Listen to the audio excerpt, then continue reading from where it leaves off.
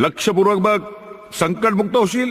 देवराज सेव्यमान पावनाग्रि पंकजम् व्यालयज्ञ सूत्रमिन्दुशेखरं कृपाकरम्. देवराज सेव्यमान पावनाग्रि पंकजम् व्यालयज्ञ सूत्रमिन्दुशेखरं कृपाकरम्. नारदादि योगि वृन्द वन्दितं दिगम्बरम् काशिकापुराधिनाथ काल भैरवं भजे.